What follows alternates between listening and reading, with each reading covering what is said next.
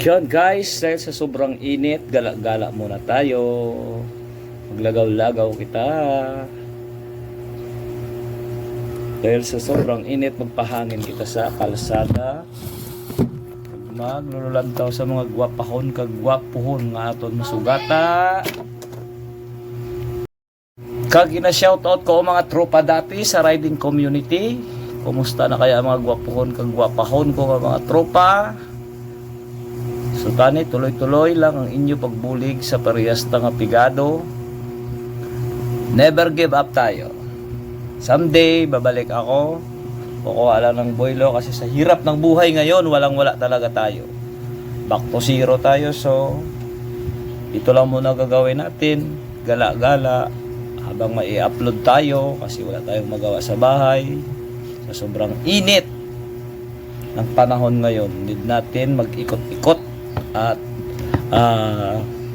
mag-ano tayo ng fresh air sa kalsada. May fresh air ba sa kalsada? Puro usok yun eh. Puro usok. Usok. Saka amoy ng mga tambutso. So wala. Ito lang ang ano natin, strategy para may upload tayo. Wala naman tayong budget pang rides.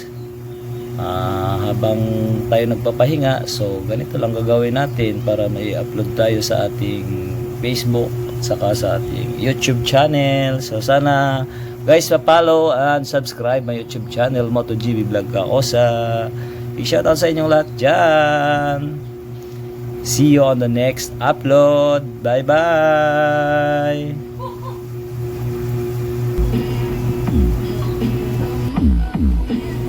At sa mga lahat ng mga riders, ride safe always guys.